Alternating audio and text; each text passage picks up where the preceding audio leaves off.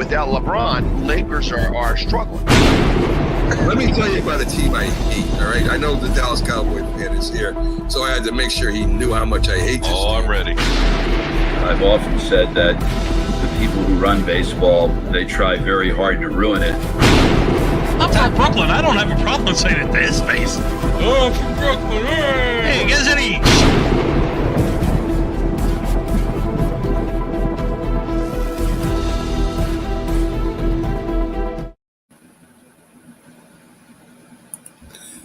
This is a presentation of Northeast Streaming Sports.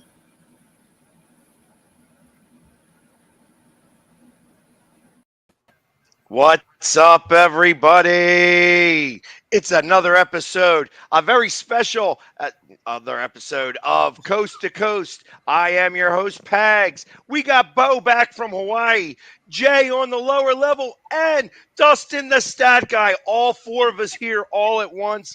We got a special guest coming through here right around 12:15. Pennsylvania Governor Josh Shapiro is stopping on to come talk to us about, your favorite and mine, or at least definitely mine, at least in this panel, Jason Kelce. What's up, everybody? How you guys doing? Great. Yeah, good to be back, guys. Yeah, I'm doing well. Hey, real quick, Pags, I learned something about Jason Kelce the other day, and I wanted to be able to share it with you.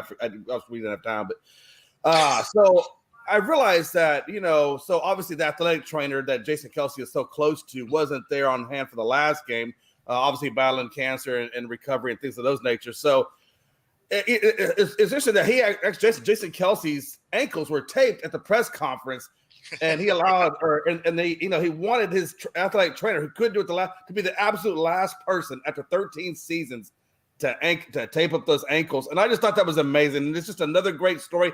Obviously Jason gave up his home that he had down there so he could rest and recuperate. And obviously he gave him meals and things like that. So his family wouldn't have to worry about food. And that's just another reason why Jason Kelce just is a really, honestly, great human being. I can see why.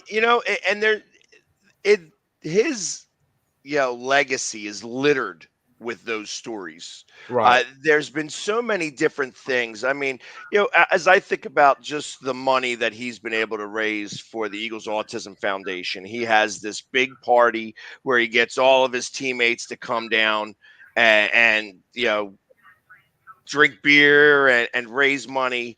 Literally for Eagles Autism, like hundreds of thousands of dollars.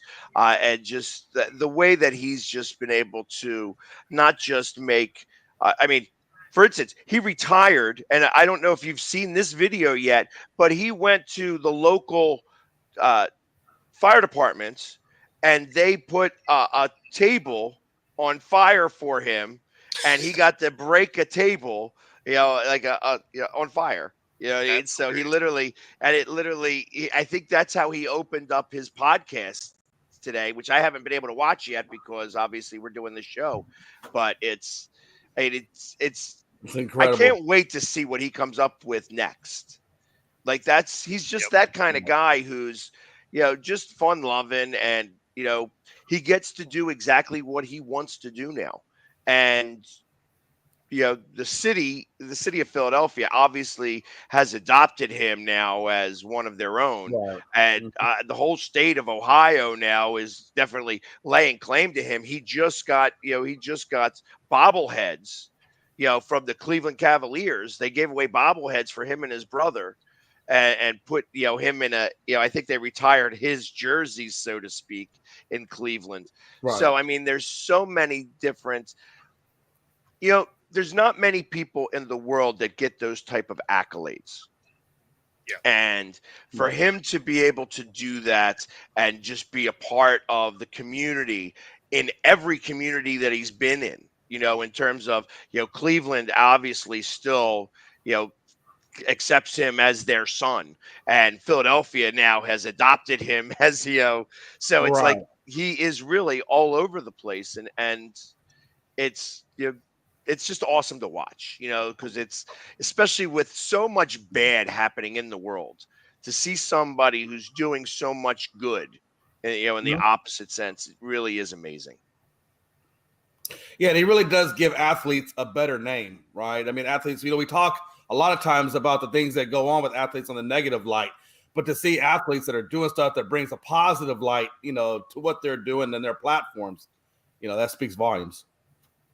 Exactly. So, and it's going to be fun to talk, to see what type of influence he's had in not just from a fan's perspective, because, the governor is an Eagles fan. Sorry there, Jay. He's not. He hates the Cowboys just as much as I do. That you get to see it. What his influence has actually done statewide, and possibly transcending different sports. Somebody had mentioned the other day on a TikTok that they felt that it would be almost appropriate for all of the Philadelphia sports teams to retire his number. Now, you think about it in basketball, nobody's wearing 62 in basketball. True. Baseball people grab that number on occasion. I mean, it would have to have some meaning for you, and then also like hockey could do that. Obviously, the Eagles are going to retire that number. I feel like that would be just a matter of time. Probably next year. I would suspect that they're going to use that as, why wait? He's been such an influential person, not just on the field, but off of the field as well, that there's no better time than the present. Let's just get that done. Possibly week 2, since week 1, we're going to be in Brazil. And yeah. So that being said, it's just like, okay, you can do it that way. But to have the other teams kind of retire his number, initially I was like, no, I don't like that idea. And then I thought about it a little bit more. I'm like, well, if there was anybody who could withstand that. I mean, I think of Mike Schmidt, who was kind of well known in this city, but had a love-hate relationship with Philadelphia. Allen Iverson has always been beloved in this city. Like he would be somebody who you could possibly think about having that. Back in the day, you could say Bobby Clark was similar as well. But Jason Kelce really has been that type of player, and he rang the bell at the Sixers game. He's banged the drum at the Union soccer game. He's been to hockey games and has been put in the limelight there and things like that. I don't know that he's dropped ceremonial puck or anything, but I mean those are things that have happened. He's went on and chugged a beer and hugged the Fanatic, at a playoff game. Yeah. So all of those things. He's super active. So he has really embraced sports in Philadelphia. And so it wouldn't necessarily be the most ridiculous thing. I thought about it. Initially, I was against it. I'm like, no one person transcends all sports. And then I think about that. I'm like, well, what am I doing? That's kind of what I'm trying to do. Not that I'm ever going to be retired. You know what I mean? I'm not. My number or face is never going to be retired. I'm never going to be in a Hall of Fame or anything like that. But ultimately, that's kind of what it is that I'm trying to accomplish in a little bit. It would be awesome to kind of see, maybe that occur with other teams. The fact that Cleveland kind of retired his number yesterday, the Cleveland Cavaliers, again, nobody's wearing number 62 in basketball unless you've got really some type of weirdo thing for that number. Yep. You know what I mean? Like, hey, maybe your father wore 62 or was born in 62, and he's the one that's, the end all be all the way you think of things. So it's just really hard to think about why somebody else would wear that number. And nobody's had the impact that he's had in this city, including Allen Iverson, including Dr. J, including Mike Schmidt and Tug McGraw and things like that. Those guys have done a lot for the community too, but never have had the impact throughout everybody. Like everybody knows Jason Kelce now, and it's for sure. Yeah. and he just represents very well. He does represent very well. It's just, it really is amazing to kind of watch this all occur and to see exactly how things are happening for him as we're moving forward here. So, I'm excited. I'm excited to talk to the governor about this. This is going to be a fun little interview. You know what I mean? Especially as I'm in Miami. And I'm back in my apartment in Miami because obviously we had major thunderstorms last night. So it was fun to be part of that. I was like, oh, well, that's thunder and lightning, ain't that? That's awesome. But we didn't get flooded, so I didn't need to put on my life jacket just yet. But it's a bonus. So in the meantime, Bo, I know we got a few minutes before the governor hops on here. Anything to report from Hawaii? I mean, my buddy got married, so he went through with it. It happened. No runaway bride. That's right. A good thing. That's right. The island ain't but so big, so. It was a lot of fun though. Obviously, time away is always good. Plus, it's been cold and raining, here in Seattle, so it was good to escape to the sun. But nothing crazy. It's not like anything crazy happens on Maui anyway. It's a pretty quiet island. One thing was I did go and drive kind of through where the fires happened in Lahaina, and the destruction there is amazing. Like, it's still closed to the public, and they're still just trucking debris out of there. So unfortunately, you're not really hearing about it on the news anymore, right? It's not that flashy story that it once was, but they definitely still need your help. So if people are watching and you see some of those donation opportunities for the Lahaina, Maui area, definitely do it. They need as much help as they can get. It literally burned most of that part of the town to the ground. It's literally just foundations and ash. So if you can help that area out, absolutely do it. All right, good to hear. And no koa beans or no koa. Yeah, there was no koa wood necklaces there. Everything is the kukui nut necklaces. So sorry about your luck, man. They had koa wood like carvings, but they didn't no necklaces. So that's why we should have sent Pags. Pags would have never let defeat get in his way. He'd have found some. If he had to go out there with a little machete and a little knife, he'd have made some damn koa beans. You realize I don't know about that. I don't. Yeah, know that I'm going to go with Pags would do it. He loves me. No, it was funny. We drove all over the island, so I probably looked in about 25 different stores. Nobody had anything, and nobody. And everybody was just like, "Yeah, I don't know where you'd get that." So, well, and there you have it. So, yeah, you'll have to, when you go back to Hawaii there, Jay, is when you'll have to start to do that, or make them yourself. That's right. You just need a machete, and then you can carve them out yourself. I just found out I could get it online for $11.97. I just wanted Bo to bring it back because it would have been sentimental between me and Bo. Yeah, he doesn't want it. He doesn't want it from coming from China. He wants it coming from Hawaii.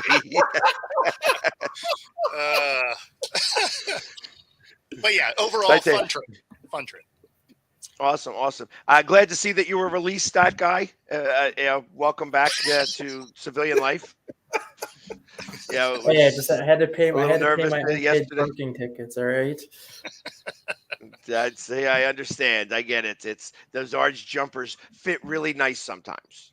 They do. They're very comfortable. Hey, listen, that's the way it works here. So, but obviously we're just waiting on the governor. He should be in here in just any moment. But I was going to take a look at some of the new stories that are coming on. Obviously, once we're done talking to the governor, I got to ask Bo. I says, so are you super excited to be able to get back Russell Wilson? Oh, that ain't happening. I'm excited to get him in Minnesota. That might be a real thing. But I feel like there's a 0 chance he comes to Seattle. Yeah, it's like a bad marriage. Just let it go the second time. It'll be all right. Second time's always a charm. And how do you feel? This is a great question for you. How do you feel that Pete Carroll went and joined the San Francisco 49ers? Ooh. I didn't even hear that. I heard KJ Wright did. You should look that up so you can actually be able to speak on that, because that's a big one. I flew in late last night, so I haven't. Well, hey, Bo, no excuses, man. Internet's everywhere. You can even get internet on a plane. I found out if you got a credit card. No Yeah, you can. You can. But I didn't see the internet through my eyelids because I went to bed.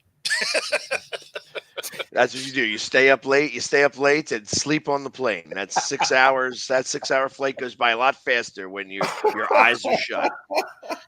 I was playing games on the flight, but as soon as I got home, it was a wrap. I went to bed. Oh, I bet I would too. Yeah, I've been staying up late. It's I'm on tropical time, so and of course this Sunday morning we lose an hour, so everybody's gonna have to rest up a little bit. I hate that. Look, why are you? Because I don't like when they mess with our clocks, and I don't like when they mess with our calendars. Like, why do we have to have a damn leap year? Crazy. And let me ask you one more while we're at it. If you're born on leap year, right? If you're born like on the 29th, right? Like how do you effectively do a birthday? Because now you got to do it on the 28th, the 29th. No, you do it every 4 years. You have a special one every 4 years. Yeah. Yeah. I mean, that's just what you do. Your 21st birthday, though, is a really special one because you can finally start drinking at 84. Yeah, exactly. yeah. There you go. God, that sucks, though. That just sucks. Time too much. You know how many times I almost got late for a job because I forgot to set my alarm either back or forward an hour? I mean, thank God for my dog and his Tom. He lit me up, got me up. He's always got you. When you like your dog. Sometimes you don't like your dog. Never a dull moment on this show. I tell you, it's always a lot of fun. Talking about all the things that we could talk about here on this show. Anyways, like I said, we're waiting on Josh Shapiro to just come in here at any moment now. But I'm taking a look at some of the things. Obviously, Wilson tried to get a trade, but nobody wanted to trade for him. They said that there was lots of that he was talking and seeing if he could work something out, but nobody was interested at all. Not even for a bag of donuts and an extra stitch on a ball or something like that. They just were not interested, which I wouldn't have been either. Not with that contract. That contract has been ridiculous. Yeah, that's kind of what I was going to say. Is Minnesota tried to trade for him 3 years ago before he signed that extension with Seattle, which is the main reason why they extended Cousins back then 3 years ago. Minnesota's obviously not going to trade for him now because he was making $43 million, but now that he's a free agent, Minnesota could sign him for like $4 or $5 million, and that's really not going to affect Russell Wilson because Denver's still paying him $43 million. So whatever he signs for now, he's getting the $43 million on top of whatever his new team gives him. Right. Exactly. Yeah. And the Seahawks released Adams and Diggs. Any surprises there? No, not really. I mean, you knew Adams was gone because he can't stay healthy, right? And I mean, Diggs wasn't a huge shock only because they are in some cap issues, and Diggs held a big cap number. And real quick, Bo, I'm sorry to cut you off here, but without further ado, we have Governor Josh Shapiro joining us. Governor, thank you for joining the show.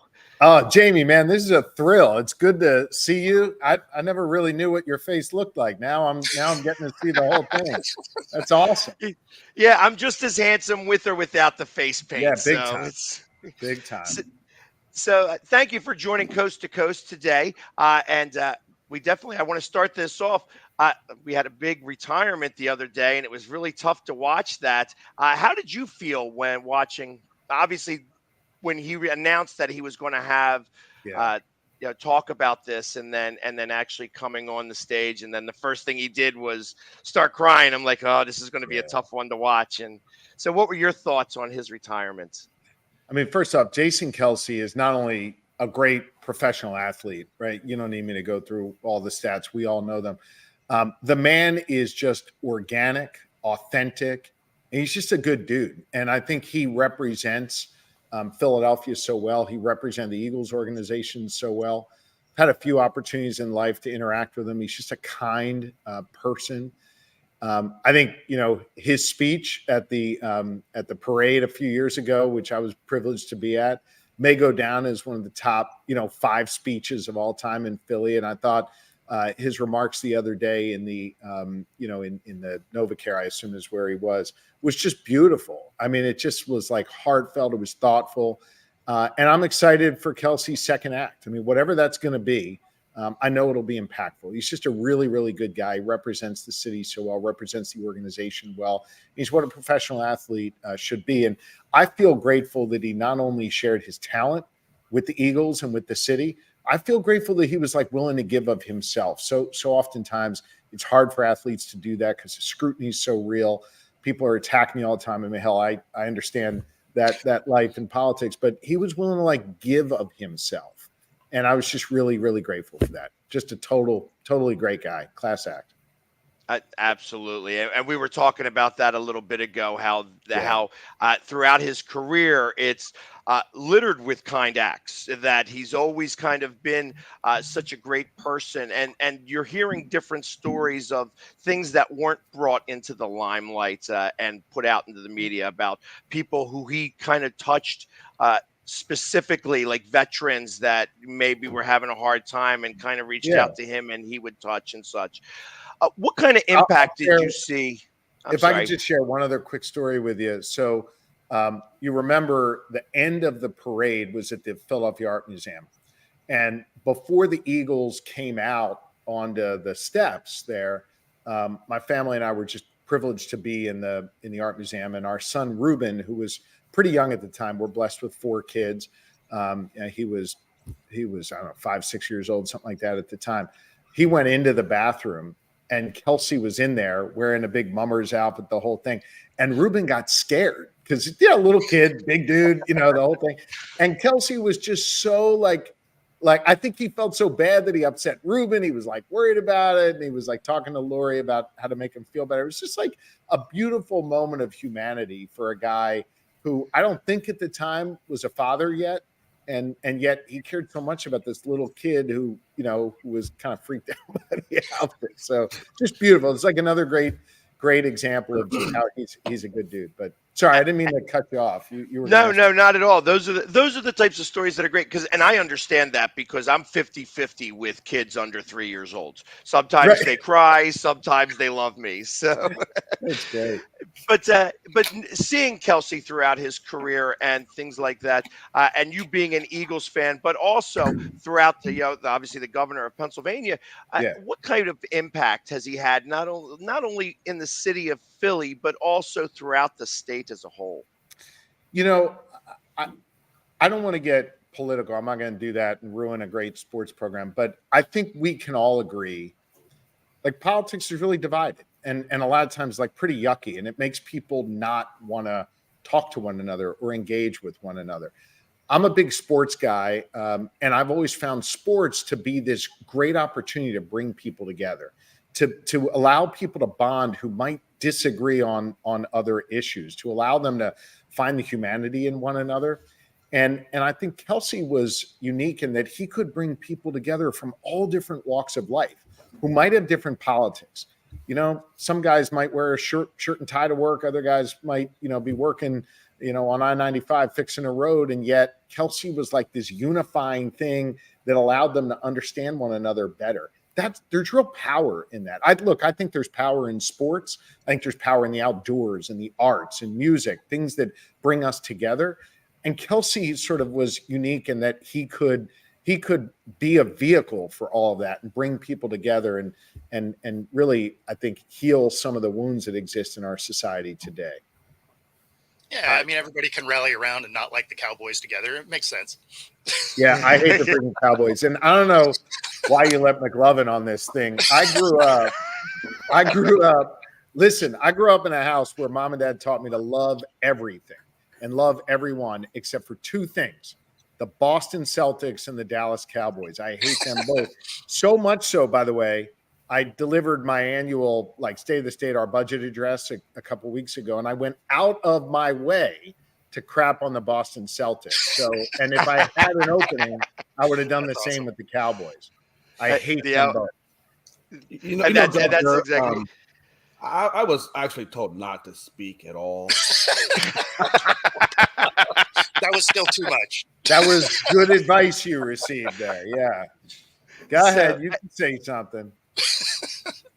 All right. He doesn't have much to say. He's actually all excited. It's a pleasure to meet you. And look, I'm a Dallas guy. You're a Philadelphian. I don't know much about your city. I really don't, other than I did live in Washington, D.C. for a short period of time. And I did like the area. I like your area. I do. My mom and they'll all love their Philadelphia area when they visited.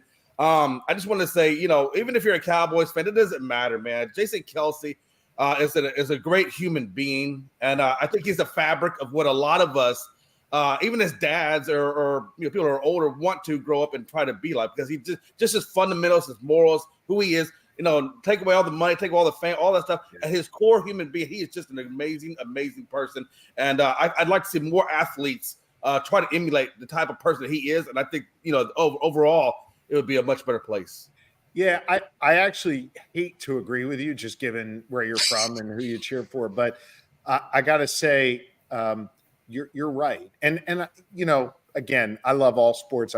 We could talk Sixers if you want to. We talk others. But one of the things we're seeing in other sports, particularly in the NBA, so many of these young guys coming up who are unbelievably talented, but they never really had that time to necessarily, mature in their lives. I'm not trying to knock them. I'm not trying to give them a hard time. But part of, I think, being an exceptional athlete, part of being a leader in your sport is your ability to do the kinds of things that just came easy to Kelce, which was to be a natural leader, to bring people together, to own it when you screw up, and to lean back in when you got something to say, pushing back on critics. And I think, not enough athletes are able to do that right now. And I will say one nice thing about Texas, although it's San Antonio, not Dallas, I actually think Wemby may have that unique talent to be able to break through, not just as a player, but as a man and as a leader. So, there's others out there, but there's something unique about Kelce. He could teach other professional athletes how to do it. I absolutely agree. Somebody had come up with something on TikTok, and I know you're getting short on time here, but I wanted to see what your thoughts were about this. Somebody had mentioned that Kelce is maybe one of the only players who could transcend all of Philadelphia sports, and that one of the things that could possibly happen to honor him would be to retire his number from all Philadelphia teams. I want to know what your thought is about that. That's really cool. Look, you want to talk about politics? There's probably a whole lot of politics with that. And so we'll see how that plays out. But no, there needs to be not just a recognition by the Eagles, and I'm sure they will do what they got to do. And then 5 years from now, of course, he'll be in Canton. But I hope that there is, and I'm trying to think about ways to do this myself, like a civic recognition of the work that he's done, of the way in which he's carried himself, the way in which he makes us all feel, frankly. I mean, I think there's real power in that, and it needs to be recognized. And I imagine if he is willing, he'll receive a lot of those accolades going forward. Yeah, because he is still very humble, and that's what makes it all very genuine from Kelce. And that's the amazing part. The fact that he, he kind of gets his own joke. Hey, I'm just a man, and he's slowly becoming not just Pennsylvania's dad, but like America's dad. Yeah, it's really amazing. And look, you know what? I'd be curious. You talk about retiring his number in other organizations. I'd really be curious about how the leaders of those other organizations view him and what they could learn from. Like, I'd be fascinated to know what Bryce Harper thinks, what Joel thinks. What the leaders, and love Bryce, love Joel, I'm not knocking them at all, but I'd be curious how they react to the kind of leadership Kelce showed. I mean, it'd be really interesting to see how it's yeah, that was something I was going to ask you too. Was over like the last couple of years, I think everyone on this panel can agree that Jason Kelsey's kind of the face of Philadelphia sports. Now that he's retired, who do you think is going to become that face of Philadelphia sports, knowing that not a lot of players in that Philadelphia area are as kind of outspoken as Jason Kelsey is? Yeah, I mean, look, it's hard. Obviously, you've got guys with exceptional talent. Joel Embiid is, probably chief among them in this city. Bryce and others as well, just real talent. But your point is a good one. We have had over time throughout our history in modern sports in Philly, certain folks who are not only exceptional talents but come to sort of depict Philly sports. Dr. J is a great example. I think Mike Schmidt probably on that list as well for the Phils. Query whether any of these guys are able to reach that next level. I think a championship will help, right? The Phils win the World Series, Sixers win a chip. You've got to be a winner in this town, along with carrying yourself in a special way and being a unique talent. Obviously, a guy like Joel is a unique talent, and it's clear he wants to win a championship more than anybody. And whether he can take that next step, we'll see. I hope he can. You have to think that he's going to get brought in similar to, Ray Lewis to talk to these teams, though. Like it seems like he's going to have that position. Yeah, I sure hope so. And again, I think these guys can learn a lot from. Think about another incredible young talent. Think about Tyrese Maxey, right? I mean, Maxey is just extraordinary. He's like 22 or 23, I think, or maybe 23 at this point. I think barely 23. Yeah, and he's shown some unbelievable maturity and growth. Imagine if a guy like that can take his maturity that he's developed on his own and with help of his family and his teammates and a great Sixers organization, together with the talent he has, and then learning from a guy like Kelsey in terms of how to carry yourself and be a civic leader. That'd be pretty extraordinary. I agree. Well, listen, we know that we only have you for a short amount of time, but very quickly before you go, I'm down in Miami right now getting ready. I'm going to be heading up to Clearwater to go to spring training. Any thoughts on the Phillies? I want to be you. I want to be you when I grow up. I seriously, man, it's amazing. You live a great life. But sorry, what's your question? I want to know just what your thoughts are on this upcoming season with the Phillies and where you think that they're going to end up. Will it end up with a parade down Broad Street? I think so. First off, John Middleton has done an unbelievable job with this organization, investing, putting all the pieces in place, hiring great people, trusting them to do their jobs well. Dombrowski's done wonders. The skipper's great. I really think that they have all of the talent they need on the field. They've got everybody in the sort of administrative side rowing in the same direction, signing wheels. What was it? 3 days ago, and locking in that pitching staff and strengthening the bullpen as they have. I think the sky's the limit for the Phils. And the good news is they've learned how to play in the postseason from the last two seasons, and they're hungry and they got a chip on their shoulder because they didn't get there, and they kind of flamed out a little bit, candidly, at the end of the playoffs in the last season. So I feel real good about them talent-wise. I feel really good about them front office-wise. They're mature. They're going to be calm, in the natural ups and downs of the season. And I'd certainly bet on the Phils this year. I feel really, really good about them. And listen, I'm a homer. Like you'd expect me to say that they're doing well, but I think if you just look at this analytically, they're in a really, really strong position. I agree. Real quick, Dustin had one last thing for you before you go, Governor. So yeah, I know you want to keep politics out of sports, but this is kind of a political question. Sure. How long until there's a Jason Kelsey Day in Philadelphia? Well, again, that's the thing I was saying before about all the civic recognition. I hope that he will let us do that. I think certainly I would think the mayor would want to do that in Philly, and I'd love to be able to represent him all across this Commonwealth with some proper recognition. It's interesting, obviously, serving as governor of Pennsylvania, running for governor. you've got incredible sports in Pittsburgh as well. And so, they always try and be like, well, are you a Steelers fan, Eagles fan? And I just think you can't bullshit your way through sports. You've got to pick a side and be honest. And I love going to Steelers games, and I love being able to support the Steelers if they're not playing the Birds. But you've got to be honest about your sports. Why do I share this with you? Because, we tend to sort of live sports-wise in really different places. Like, Steelers and the Eagles, they don't hate each other the way we hate McLovin and the Cowboys. There's not that same sort of rivalry. There is a mutual respect, but the sort of like stars of each team don't tend to transcend the other sides of the state, if you will. Why am I saying all this? Because someone like Kelce, while may not be a household name in Pittsburgh, he is a respected name in Pittsburgh. He is someone that all across our state, there's an appreciation for him. And so I think, if there's a way for us to be able to do something statewide for Kelce, I think it would be well received all across the state, even by folks who are passionate and wonderful Steelers fans as well. Governor, love and hate are the same emotion. So I know you love me, even though you say you hate me. I think Seinfeld said that once, didn't he? Yeah. Yes, he did. There we go. So maybe June 2nd. Maybe June 2nd would be statewide Kelce Day, Jason Kelce Day. All right.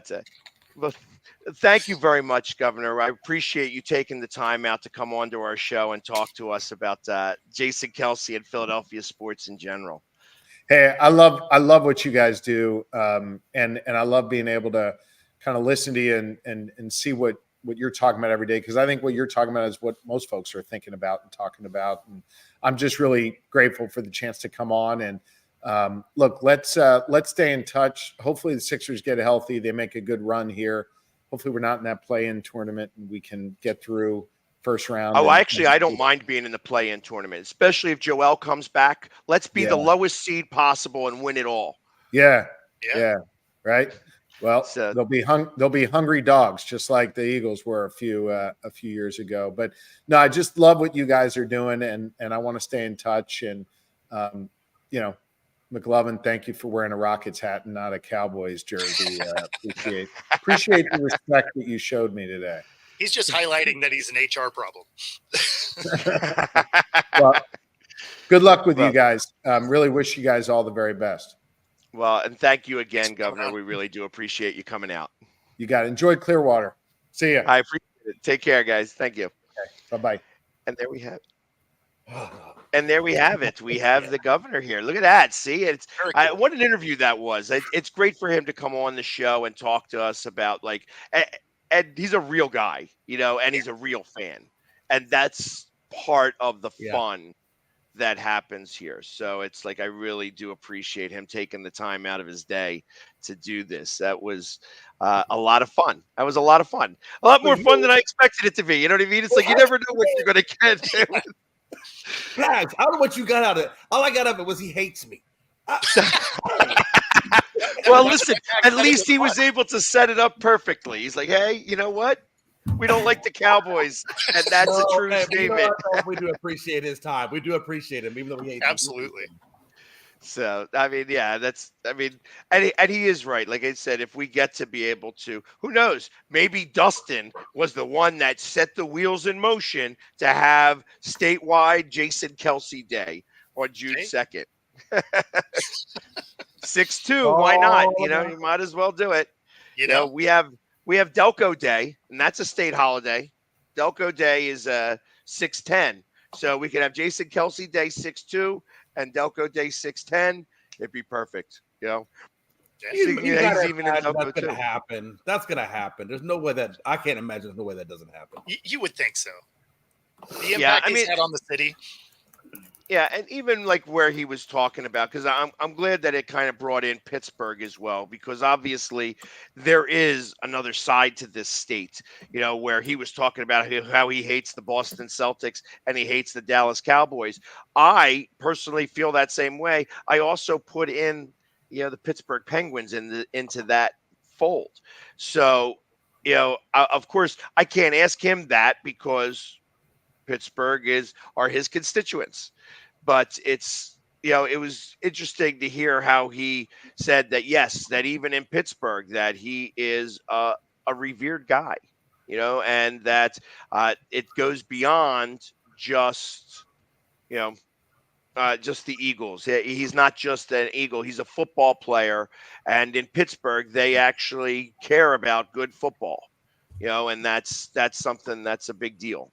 So again, I just want to thank the governor for coming on and spending some time with us.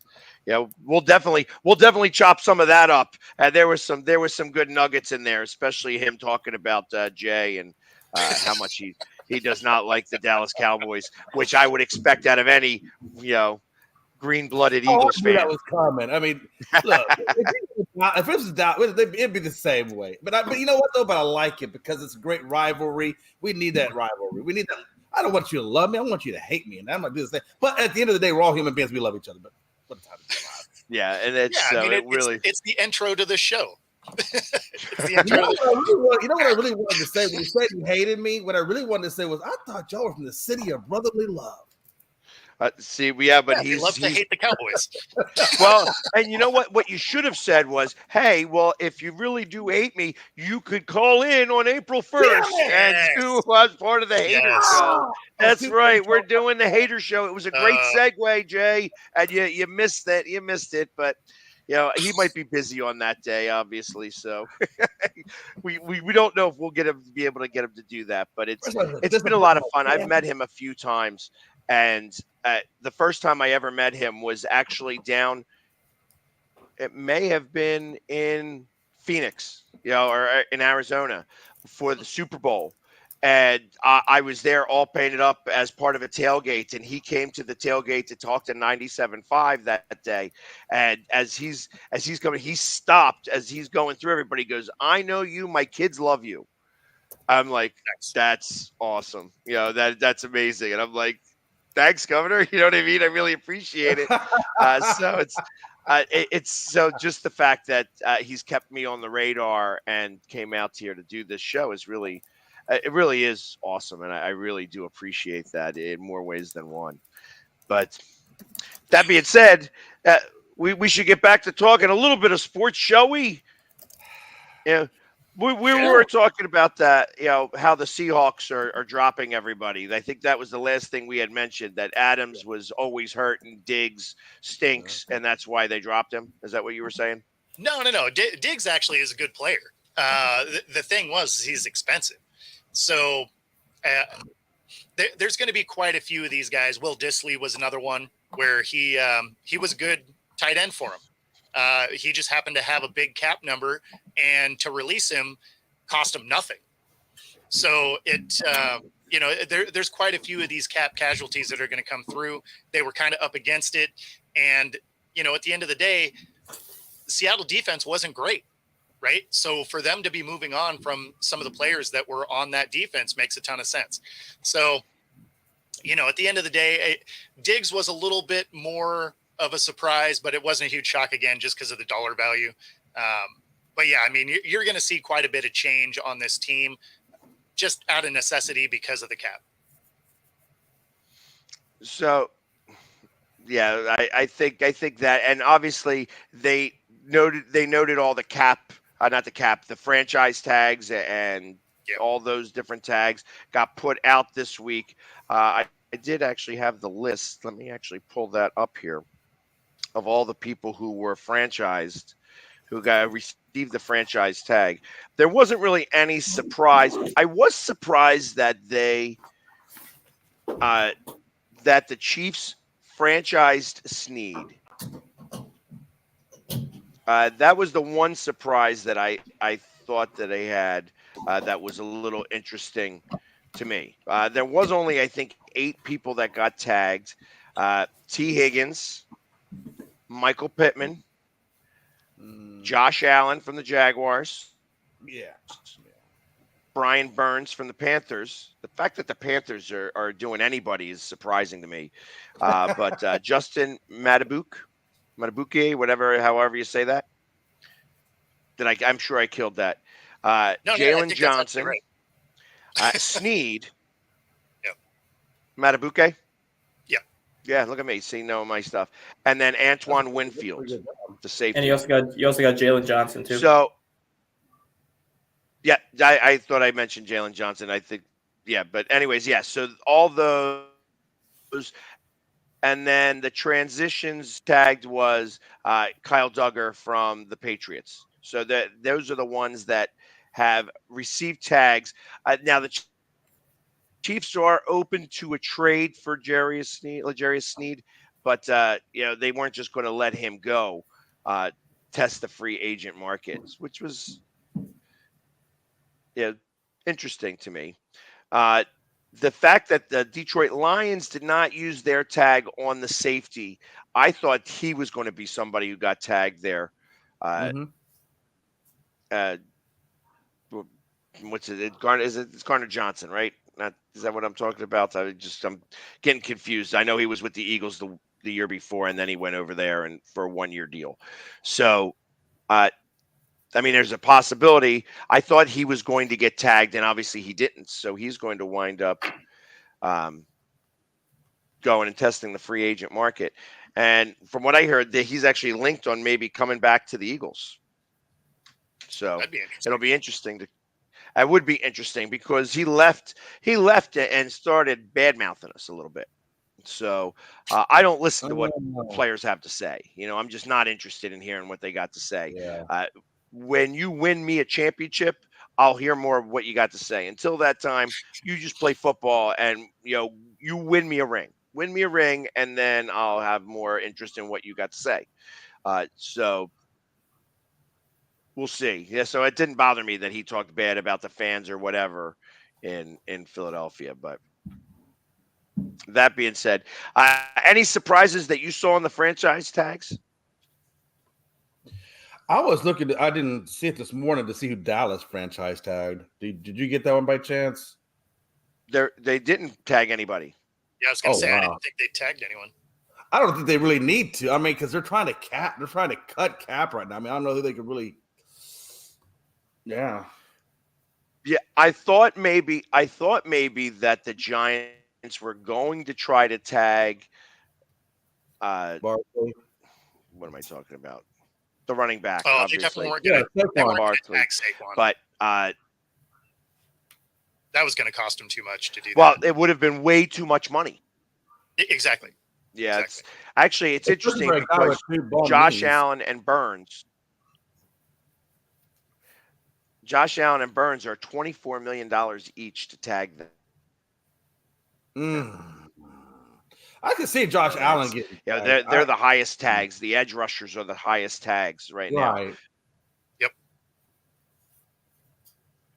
Brian Burns, I don't know enough about Brian Burns to be able to say because he played on a bad team. I think that's so. Even if he was the best guy, I think that's the main reason why they tagged Brian Burns, though, because they tag him, they have him locked up for this year. Then if they want to trade him during the season, they can at least get assets for him, as opposed to if they don't trade him, they risk losing him for nothing. Exactly. Yeah, that's the only thing good about the tag, right? Carolina's going to be a dumpster fire for at least the next 3 years yet anyway, so they need to get as many assets as they can right now for Dave Canales. Exactly. Yeah, if you can get a tag and a trade, that's great.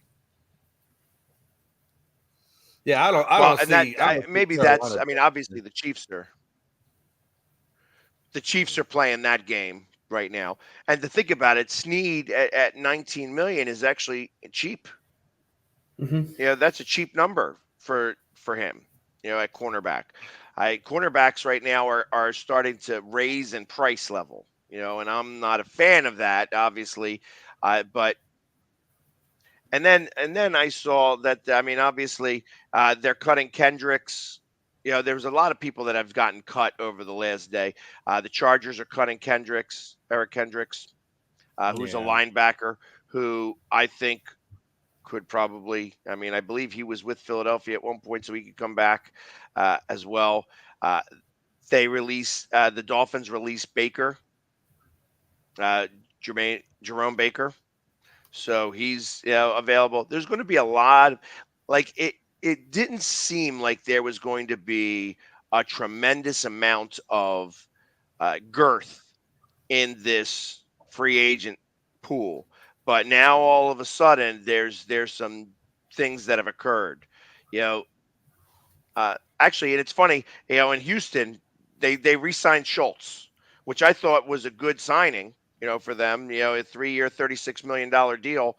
I liked Schultz. I was surprised that Dallas got rid of him. Me too. Well, but they had Ferguson in the wings, though. Yeah, and they didn't, for some reason or another, they didn't really care for him that much in that offense.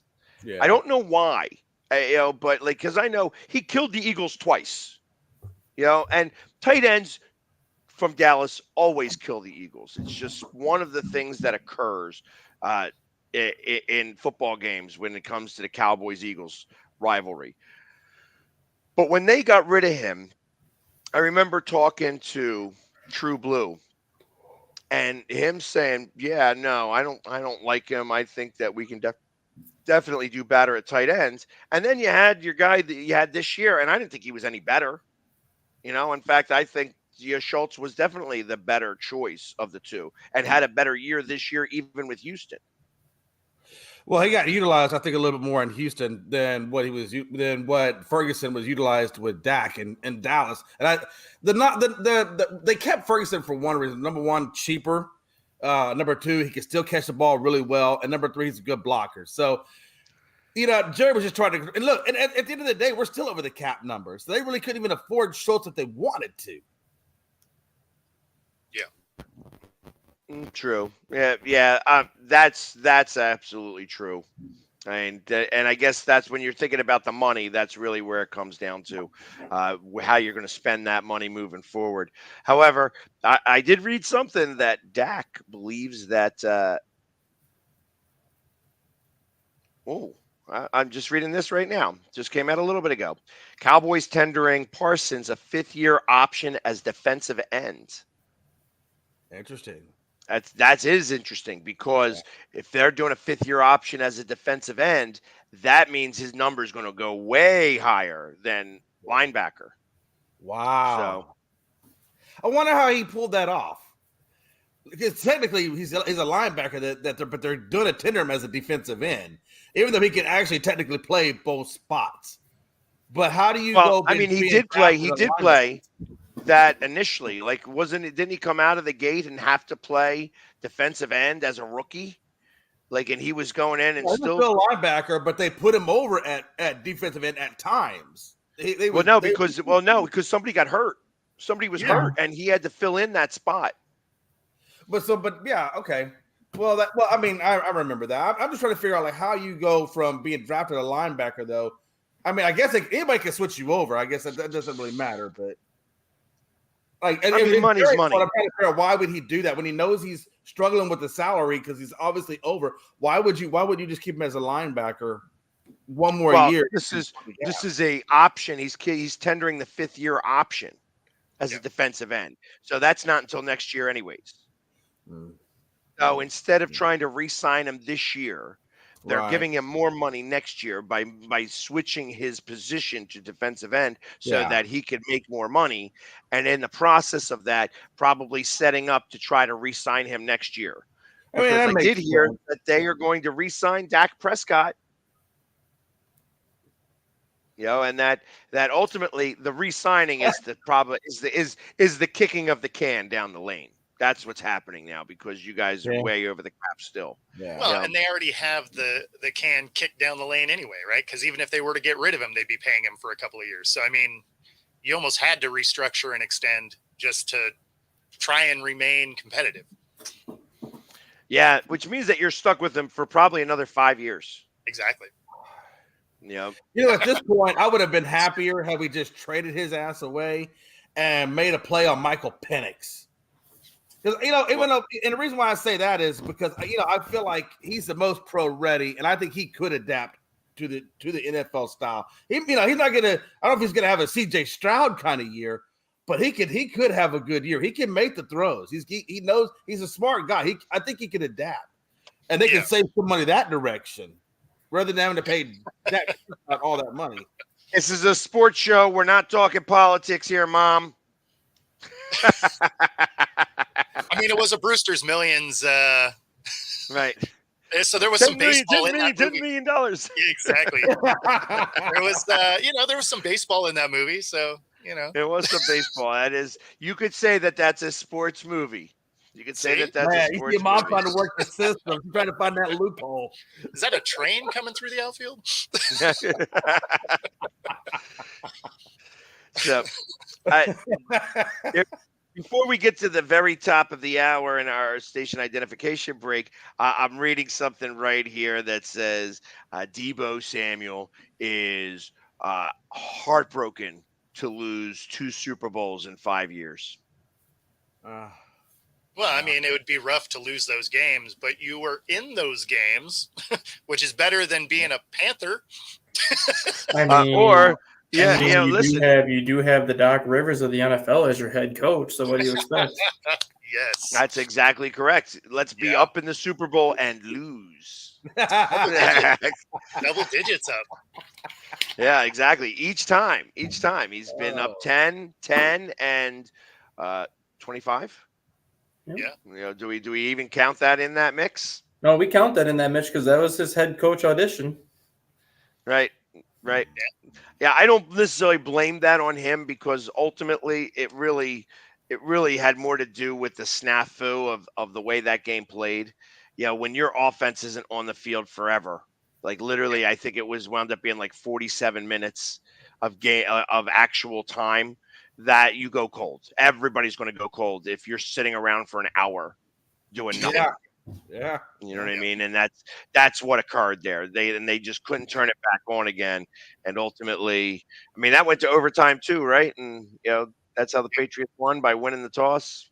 So imagine how that would have changed if they had gotten the ball back. So I mean, the only reason why I'm blaming Kyle Shanahan more so for anything is how he does not know the postseason overtime rules. As a head coach, you should know that going in, that no matter if we take the ball first or second, Kansas City gets the ball no matter what we do. So by taking the ball first, you're giving Patrick Mahomes 4 plays instead of 3 plays to get a first down every single time. I'm sorry, but you give him that extra down, I'm trusting him every single time. Yes, yeah. To be honest, I'm thinking any good quarterback is going to be able to get it done on that 4th down. Yep. It's just going to happen. Like you have your staples that are always going to work. And it's like that slant. That slant's always going to work, except for Russell Wilson in the Super Bowl. But exactly. But that slant for most part is always going to work. It's just if you need to gain a yard, and it's almost like our tush push. The tush push is 92% of the time. Now, obviously, in the playoffs, we didn't do it, but I think that there was so many other things that were going wrong that was just another thing. It was just the quicksand taking hold is really what I believe that was. So it had nothing to do with the way that play actually operated. That play didn't work because they didn't work it the right way. It wasn't operated like it was all season long. And that's kind of, why it didn't work in the playoffs. Not that it would have mattered. An extra 7 points wasn't going to make the difference in that game. Yep. So 33-16 and 33-9 sound just as bad. Yeah. So, yeah. But anyways, we are going to, we're at the top of the hour, so we're going to do our station identification break. Again, I'd love to thank Josh Shapiro for coming in for the first hour, and we will be back in just a few moments right after these commercial messages. I mean, you can see right now, without LeBron, Lakers are struggling. Let me tell you about a team I hate, all right? I know the Dallas Cowboy fan is here, so I had to make sure he knew how much I hate this team. I'm ready. I've often said that the people who run baseball, they try very hard to ruin it. I'm from Brooklyn. I don't have a problem saying it to his face. Oh, I'm from Brooklyn. Hey, guys, any?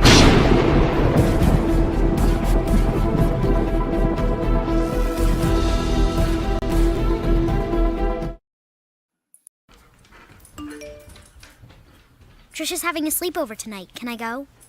I wonder about Lucy's friends. What should I say? I know you're only 10, but one of these days a friend will offer you a drink. And alcohol at your age can lead to so many things. None of them good. So can I go to the sleepover? Lucy, I want you to promise me I something. finished my homework. Bigger promise. If there's any drinking, I want you to say, "No thanks, not my thing." Mom. I promise you, your real friends won't care. Deal? Sure. Really? I promise, Mom. They really do hear you. Did you pack your toothbrush? For tips on how to start the talk, visit underagedrinking.samhsa.gov, a public service message from the Substance Abuse and Mental Health Services Administration. Sometimes, all you need to change your life is a sign. A sign that says, "Hank, this is the place you've been looking for." And sometimes that sign is an actual sign that's mounted to a building. One second, I'm looking at a sign. I know what you're thinking, and no, I don't love B-dubs just because I'm a buffalo with wings. Frankly, that's offensive and reductionist. Cause this place, come on. It's like they took beer and made it into a place and then gave that place sports and chicken wings. And the people? Cuba. The best. Oh! What the is going on, Marty? This isn't a game. This is trivia. Yeah, this place is kind of like heaven. You know, without needing to get hit by a bus. Let's go, sports bar. Supporting the needs of our veterans. That's the goal of all of us at Team AmVets. Like Mitch, Carlos, and Kevin from our Welcome Home team that brings furniture to our vets. We are Team AmVets. Or Linda from our thrift stores who brings you great bargains every day. I am Team AmVets. And John, who picks up your thrift store donations that support California veterans programs. I am Team AmVets. Visit our website or a Team AmVets thrift store to donate or shop today. Join the team! This is a presentation of Northeast Streaming Sports.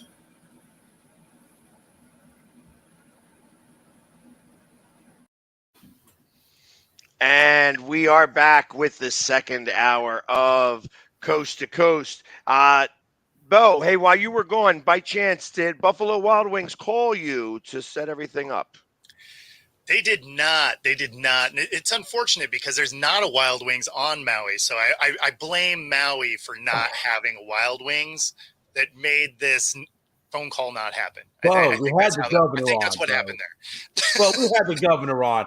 How can they not want to support? We had the governor, Bo. Did you tell them we were going to have the governor? Right.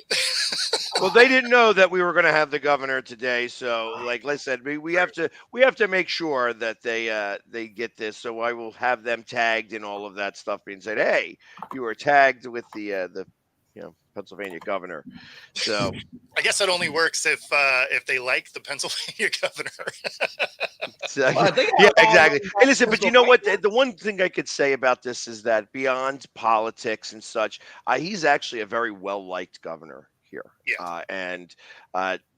It's like not every governor has gotten some of the same feedback throughout the state that Joshua has, and I think that has more to do with being a down to earth guy. I think that like I said, I told you guys beforehand, no cursing, and the governor cursed. You know what I mean? Which was, you know what I mean? But that's a matter of being real. You know what I mean? I think that's why he felt so obligated to want to talk about Jason Kelce, because Jason Kelce's a real guy. You know what I mean? And real guys attract each other. You know what I mean?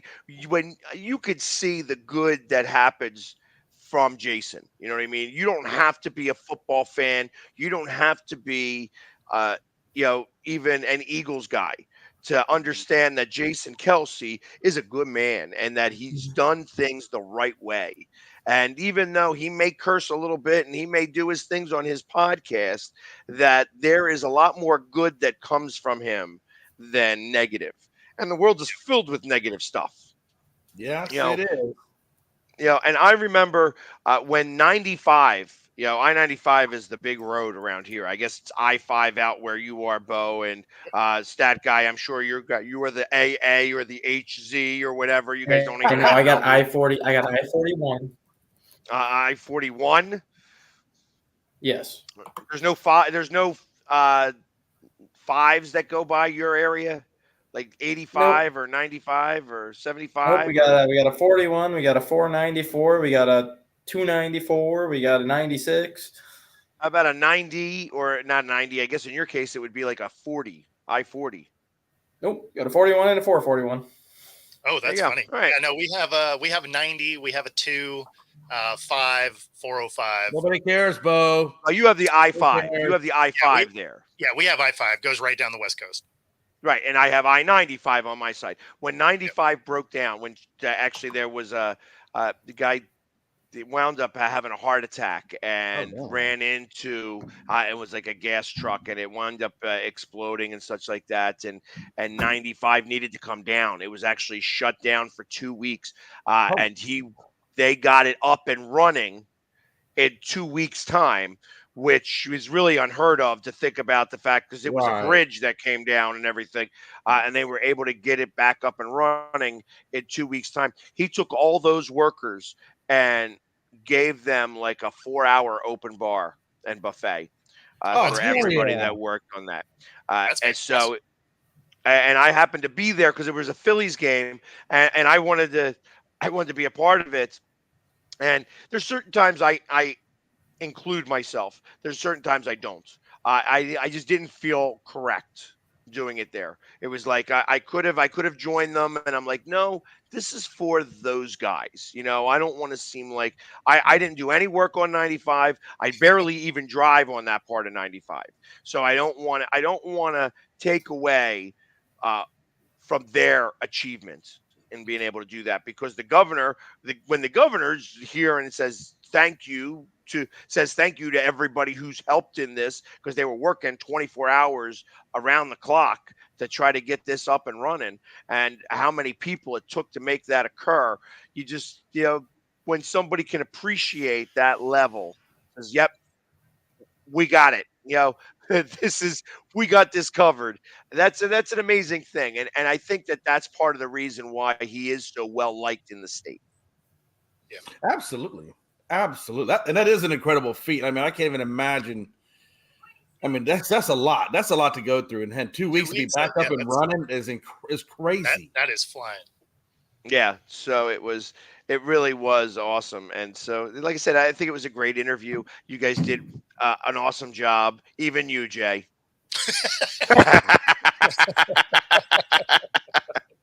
No, it was very cool having him on. It was very cool.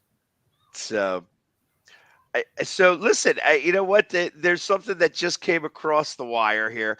As I'm looking, and I'm looking at top stories, the top news that's coming on. It's the NBA is going to take their show on the road. Really? They are going to be playing in Abu Dhabi. That figures. Everybody goes to the Middle East. Yeah, two preseason games. The Celtics and the Nuggets are going to play 2 preseason games over in Abu Dhabi. Yeah, wow. That's where the money's at. That's where the money's at. Hey, you take the team that resembles gold and you put them in one of the richest cities in the world. Makes a lot of sense. Right. And the Celtics. So green and gold. So, but I find that kind of interesting. Is that something? Obviously, the Phillies are playing the Mets over in London this year. The NFL has been playing, and they have been expanding. Like I said, save up your money, Jay, because in 2026, you guys are going to be playing a game over in Australia. Really? Yes. I know that already, and they haven't announced that, but I know that the Dallas Cowboys is going to be playing in Australia. Wow. So you heard that here first. Yeah. That'd be a preseason game, I would imagine. See, that's what I was going to say. It wouldn't surprise me now if they made it the first game of the season. I mean, the the travel for that is no, joke. like to have that, like what he was saying, have that Thursday night game be that Australia game because then they have that 10-day break between. Yeah, that's true. It would be the Friday game, is what I'm thinking. So it would be unless it doesn't say who they're playing, does it? Does it give a team like who our opponent? No. It just I was just told that it was going to be the Dallas Cowboys. So it's again for the first ever game to be in Australia. I think that's kind of why they want Dallas to be in it. Ultimately, you're not going to be playing the Eagles. You know what I mean? It's there's no chance that that's going to occur. But I mean, they're expanding. Obviously, is kind of what I'm getting at. NHL tried to do that, like with Czechoslovakia, or not Czechoslovakia, the Czech Republic. That the Flyers played over there, and they had the Czech Republic games for the NHL. Now basketball is jumping on and doing this with 2 preseason games in Abu Dhabi. Okay. As we mentioned this before, what do you think? How far away is it before a major championship gets brought to an overseas venue? And when I say overseas, I mean anything not in the continental United States, so to speak. I can't imagine. I mean, I hope that doesn't happen. I hope it doesn't happen. I mean, you should take our pastime or like the Super Bowl or the World Series and play it into the country. Because I think you're really shortchanging us over here that want to be able to see it. I don't know. I got mixed feelings. I'm all for like all these international games that they want to do, but why not just do them all in the preseason? Because you look at attendance in the preseason for pretty much every sport, and a lot of these arenas are 60, maybe 70% full for the preseason because nobody cares until the regular season. You bring these teams overseas during the regular season, they might actually sell out because people want to watch those games. I think you're right. I think they would sell out. I think where you run into the biggest problem is that roster is 95 people. Yeah, you wouldn't have to use all 95 people though. You could like kind of maybe designate it, like say, the 50, 60 people are going to come with me to London or whatever, and then you can leave. You're already cutting people. Well, no, the problem becomes that's where the problem becomes because you're bringing 60 people. What are you leaving your starters home? Exactly. You could. Yeah, that's like kind of week 2 of the preseason or week 1. Yeah, I don't know that would really work the way you think it would. I know that the NFL, this is where this 18th game is going to start to come into play. And ultimately, I feel that the NFL is working towards 2 things. One, they want to move the Super Bowl back 1 more week because at that point, it's on President's Day weekend, and ultimately, that Monday is off, and it's a holiday, and they are working to try to do this. They needed that for a long time anyway. Yeah, when they add the 18th game, it will also include a second bye. So you're going to have now 20 weeks of a season with 2 byes, 1 in the first half, 1 in the second half, obviously is how it would work. And ultimately, you're going to have every team do 1 away game, or home game, like 1 game overseas. Every team is going to do 1 game overseas. And kind of going off of what you just said on that too, you could essentially have every single team play that international game the same week, and then have the following week be like a universal bye week where everybody has off that second bye week. Yeah, I don't like that idea either. Just because they wouldn't do that anyway. They want the consistent viewership in those different areas. They don't want to blow their load on 1 week. Like they want it to be constantly in the news, right? Like that's the NFL, right? It's the ultimate media machine, right?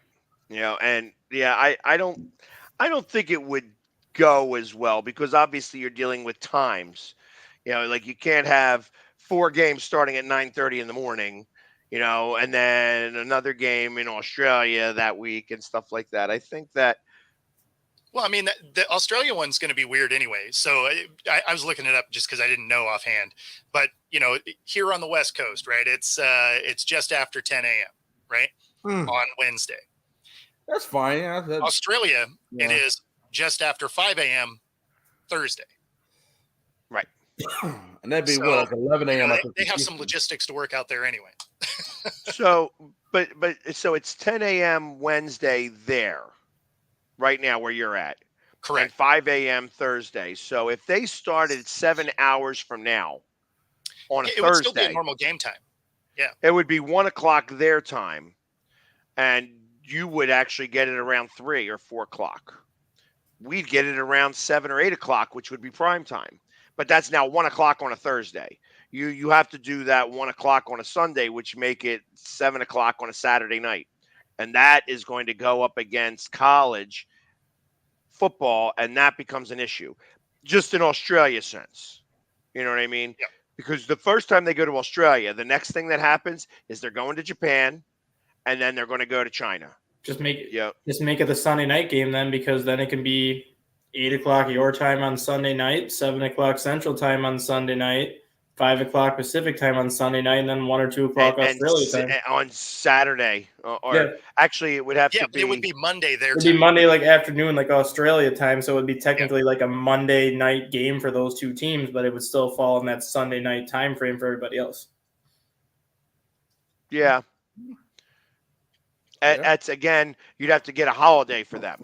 It would have to be. Yeah, maybe just have the bye week like the next week then or whatever. Oh, no, I'm talking about a holiday for Australia. Oh yeah. Oh yeah. Because you know it's hard to have a game on a Monday.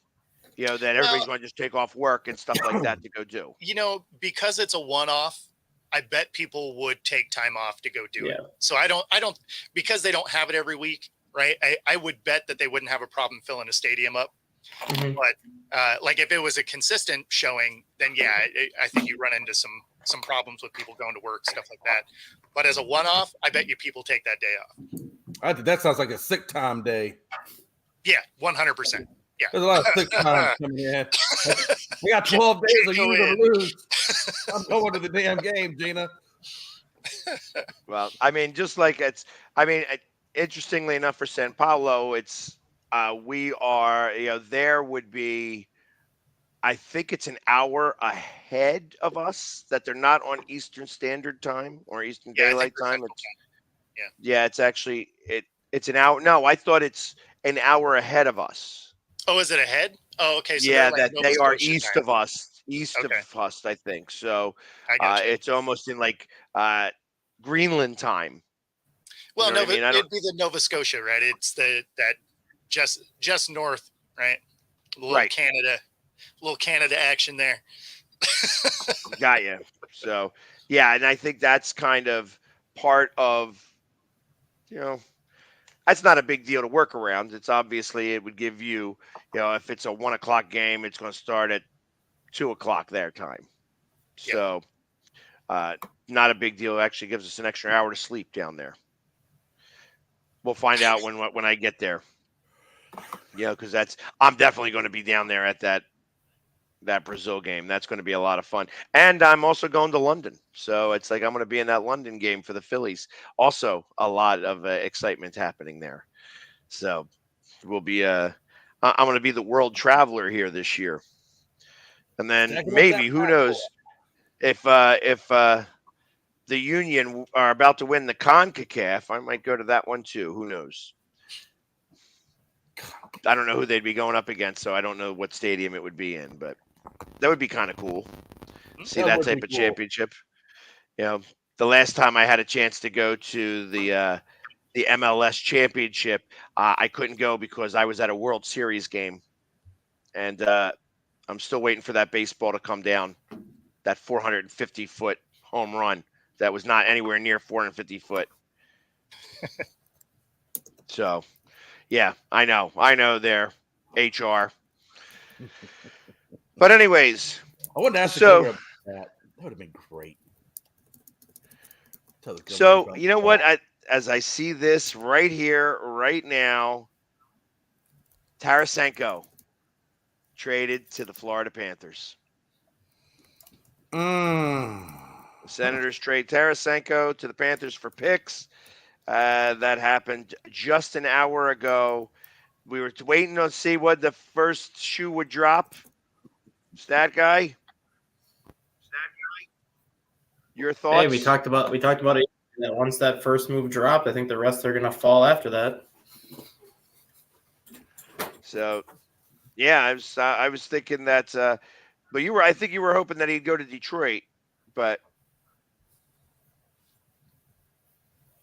as well. Yeah, I was hoping he would go to Detroit because he would be the cheapest of the options that I wanted Detroit to have. But at the same time, he's also the oldest option, so that's also kind of another reason why I didn't care for him too much.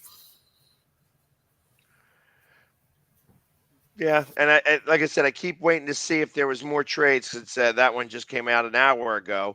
I guess that was an interesting one. Do you think maybe they go for Gunsel? I think they go for Gunsel or the guy from St. Louis, Buchnevich. Yeah, I keep wondering if St. Louis is going to be sellers or not. I mean, they're only 4 points out. Did they think that they have a chance maybe to get him or no? Buchnevich is only on a 1-year deal, though. He's not like somebody that I think they view as kind of like a core piece to that team versus a lot of the other people on St. Louis are locked up for another 2-3 years after this year that they're going to continue to build around. Gotcha. Trying to see if there's anything other special going on. No. The Nationals agreed a minor league deal with Eddie Rosario. That ain't no big deal. I just sent you guys a message in the chat that Duke University just picked up the projected 2025 number 1 overall pick out of Africa, a 7'2", 7'3" center. Who? His name is, let me find it for you. Duke University picked up the projected number 1 draft pick in the 2025 class in Africa's Cayman Malach. So he's a 7'2", 7'3" Africa center out of Africa that's going to be coming to Duke basically for 1 year, and then obviously going to the draft is probably the 2025 number 1 overall pick. That is crazy. And he's 7'3", 7'2.5". Man, that's big. He's a big boy. That is a monster. Yeah. How much does he weigh? Looks like he's pretty skinny in his picture, but I mean he's 7'3", so even if you're skinny at 7'3", 230, but you don't look 230.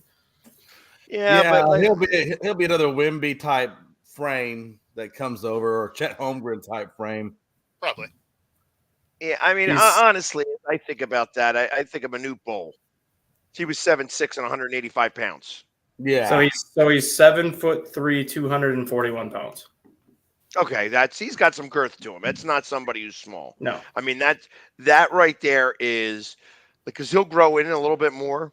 And he's only 17 right now, so yeah, he'll probably grow in a little, maybe another inch or two yet. Probably put on another 30, 40 pounds before it's all said and done. Man. then he'd be Shaquille. He'd be Shaquille O'Neal. 100%. I mean, that's what you're starting to get to. Like you need to be at 7'3", you need to be walking around at about 250. You know, at like a real weight. Like that's a real weight, right. Not just not like a frumpy 250. Like you're a flyweight if you're a boxer. So ultimately, and Duke's getting him, and I wonder who's going to be. So that means he's going to go to the Washington Wizards. Probably, and he's not going to like the boards, right? He's going to jack up threes. That's that's going to be his game. Yeah, you know what? That's lately. That's been the center's game lately, though. So I mean, even Wemby is shooting threes and such. I don't know. It's like I find that so ridiculous. Realistically, where are the Dennis Rodmans anymore? Yeah. Oh, they don't. You know exist. what I mean? Like they should make whoever does that type of job anymore and can get like 25 rebounds a game is worth their weight in gold, especially now. It is. Here's something interesting about him too. So he turns 18 in September. He's been playing at the NBA Academy in Africa, which I'm guessing is kind of probably like a feeder program for like those Sudani type athletes and things like that. He's got a standing reach of 9'9". So literally, he's just got a tippy toe to. He's got a tippy toe to dunk. Wow. He doesn't even have to leave his feet. That is insane. That is awesome. You know what I mean? It's like I'm just gonna stay right here. Yeah, just lob it. All you gotta do is lob it. You ain't gotta do nothing. Just lob the damn thing. I'll get it. The pickup gives John Shire the number 1, the number 2, the number 4, the number 7, the number 18, and number 19 prospects in this year's class. And I bet you they don't even make the top 10. Well, I mean, if you have this guy in there, he's going to probably put up 30 points because all you got to do is just loft it up to him every time, a little tap in every time. True. Yeah, I wonder how many times he's going to get called for a 3-second violation. Like that's what I would. That's the problem. Somebody like that's going to be 3-second violation. 3-second violation. You'd have to pay attention to that because of that same situation. But ultimately, hey, listen. I hope that he does what you say he does because that would start to revert basketball back to the way it's supposed to be played. Driving down the lane and getting layups and stop trying to throw things up from the arc. You know what I mean? It's like I understand that you get more points there, but I'm not a fan of 3-point games. Like the 3-pointer. Well, they're kind of boring, aren't they? I mean, they're not as stylish. There's no pizzazz. There's no defense. That's for sure. Yeah, you're right. No defense too. You're right. It's a lot of stuff to it. So that's the other. I mean, we talked about it for the All-Star game. That it was like the over/under for that All-Star game was like 370 points, and they demolished it. Yep. They demolished it. It was like 410 points was the over, on that. Like, it was just like, it's so uncalled for. Like, hold on, we're going to shoot it. Okay. Let's shoot it again. It's just like, let's throw balls up. Let's not run any bit of the clock down. Let's go 6 seconds, shoot, 6 seconds, shoot, 6 seconds, shoot. It was, it's not basketball anymore. That's not basketball anymore. It's contest. It's playing to shoot around with your friends at that point. Like you're not even trying. Yeah, like you're playing horse. That's almost exactly. So I still think that they should play that the All-Star game of pig. You know what I mean? Or NBA. That's what it should be. The NBA. Yep. Like, you missed your N, you missed your B, you missed your A. You know what I mean? End of story. You're out. That's right. Because you can't use pig because there's going to be some backlash from Greenpeace or whatever or people NBA like works. NBA works. And exactly. You make sure that Michael Jordan's the ambassador for it, and then it's off the wall, through the window, nothing but net. It was funny as you say that. I was watching something today, or maybe it was last night, where this guy is doing this unique.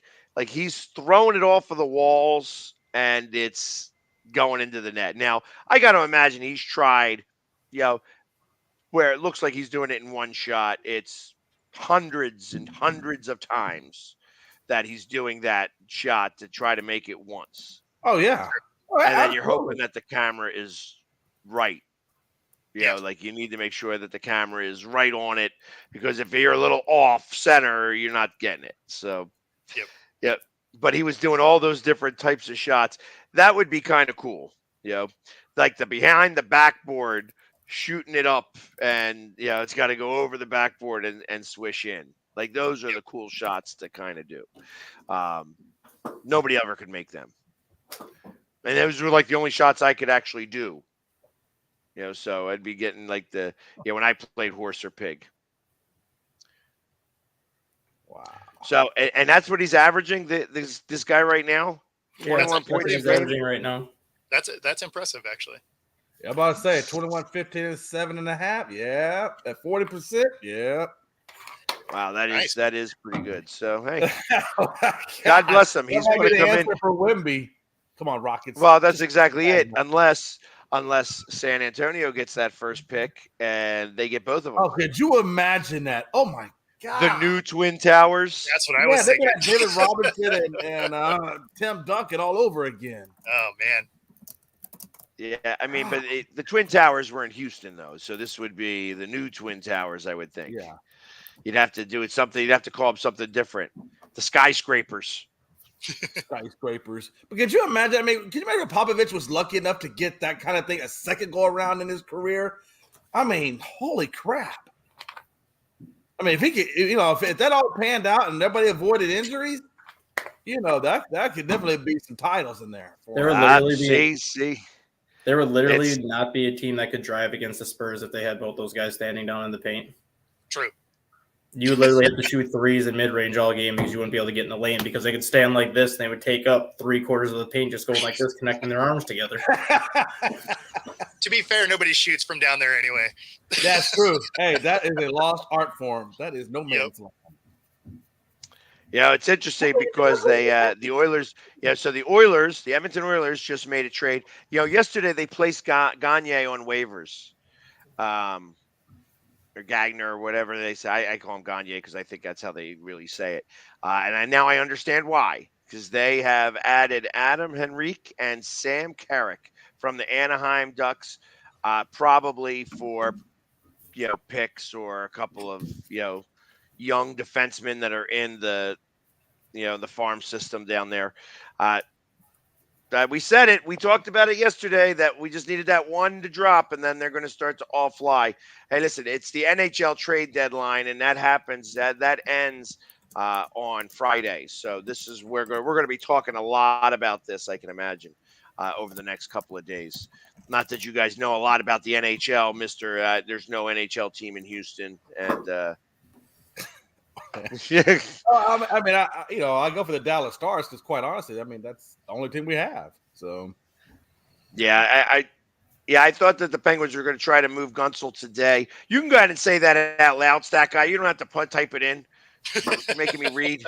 That's the one. That is the one guy that I want Detroit to get, just because not having Dylan Larkin, who's their leading goal scorer, they're now missing kind of that scoring threat on the front line, and having Jacob Ginsel will give them that scoring threat, but he's also going to cost a boatload when it comes to what Detroit's going to have to give him. But if he's willing to sign a 4 or 5 year extension after the season, being that he's only 27 years old, it's worth the risk at this point, especially when you have Detroit in the position they're in right now and having Larkin for another 6 years after this year. They just signed Alex DeBrincat to a 5-year contract at the beginning of the year. You could have DeBrincat, Larkin, Ginsel for the next 5 years, and if you bring Patrick Kane back, have those 4 guys for multiple years, you're set up for a pretty lethal offensive punch. Ginsel's that young? I thought he was older than that. I think he's 27 going on 28. Wow. Huh. That's surprising to me. I thought that he was definitely much younger, but let me check. Now you got me. I'm sure I'm spelling his name wrong. He's 29 years old right now. 29. Yep. Yeah, because he's been in the NHL for. That's what I knew he's been around for a long time. That's why I thought he was older. But I mean, it wouldn't surprise me if he started at 17 or 18. But I didn't think he was that good. But 29 years old. For 4 or 5 years, I guess that's not too bad. But you're stuck with him. You're stuck with him then. Hey, I got DeBrincat at 26. I got Dylan Larkin at 25. And if I bring Patrick Kane back, he'd be 37. But I would only bring him back on 2 years. I can roll with those 3 guys for a while. Yeah, Patrick Kane. I think he's lost lots of steps. You know what I mean? He's definitely not the player he was. He had hip resurfacing surgery, so I would hope not. But I mean, he's still playing better than anybody else that's ever had that surgery. True. I guess because everybody is looking at Jaromir Jagr and saying, "Damn, this guy can play till he's 50-some years old. Maybe I could play till I'm 50-some years old." I think of the same thing with Cindy Crosby. Is how long till he retires? And what's he's got to be 36 now? Yeah, he's like 36, 37. Same thing with Ovechkin this year, though. I think everyone was looking at Ovechkin as that one guy that could play till he was 45, 50, but all of a sudden it seems like age hit that guy hardcore this year. Yeah, he's going. So Sidney is 36 years old. Ovechkin is 37, I think, right? Yeah, he's 37 going on 38. It just looks like he ran into a brick wall this year. He seems slow. His offensive numbers are at a career low at this point besides his rookie season. Right. Yeah, and I think 30. Like I said, that's why I would consider maybe trading him. I mean, obviously they just traded Anthony Mantha yesterday to the Vegas Golden Knights. So at this point, you really can't trade Ovechkin now because you get rid of him. You don't have any offense on that team anymore because Anthony Mantha had 22 goals. He was your leading goal scorer. Ovechkin's really the only other playmaker they have right now. So if you get rid of him, they have nothing in terms of playmakers. Yeah, but they're not really a good team right now anyway. So it's exactly. And it's interesting. They gave up a second round pick and a fourth round pick in 2026. So for Mantha, I didn't think Mantha was that even worth that much. Tarasenko only got a fourth round pick in 2024 and a third round pick in 2025, and the Senators retained 50% of his salary. It's interesting. The fourth round pick becomes a 2026 third rounder if Panthers win the Stanley Cup. How about that? So if they win the Stanley Cup, that fourth round pick that the Senators get a third round pick in 2026. Interesting. And the Panthers are a good team. Yeah, let's just see if Bobrovsky can actually hold his own in the playoffs. That's always been the problem with Bob. He gets flustered in the playoffs. That's why Alex Lyon bailed him out in the playoffs last year. Now he's in Detroit. Right, but I mean, is that going to remain? Is he going to be the guy that's going to take them into the playoffs? This year for sure, just because Husso's hurt. James Reimer's 36. He's not the answer, so they're going to have to ride Lyon for the rest of this year unless they make a trade. I want to say Alex Lyon came through Philadelphia at some point. Lyon, right? Yeah, I'll look it up. He might have been in their minor league system, but I don't know if he ever played. 31 years old. Let's see. He was with the Panthers, the Flyers, and the Hurricanes. Yeah, I think he was with the Phantoms for a long time. Yeah, so he played a couple of games. Lehigh Valley Phantoms from 2016 through 2021, and then he saw a couple of games with the Flyers in 2021.